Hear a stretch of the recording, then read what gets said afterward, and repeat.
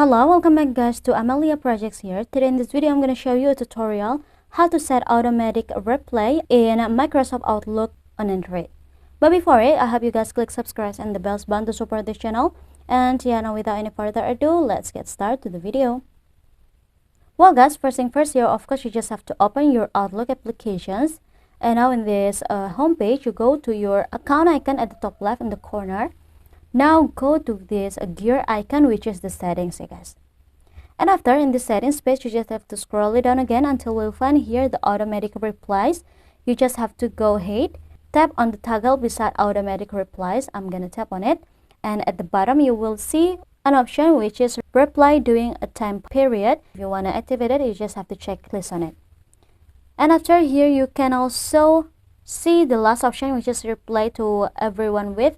I'm gonna tap on it, and you can enter your auto reply text here, yeah guys. But here I'm gonna go out, and yeah, I think it's enough from me, a tutorial how to set automatic reply in Microsoft Outlook on Android. Thank you guys for watching this video. Don't forget to leave your like and comments below, and I'll see you soon on the next one. Goodbye.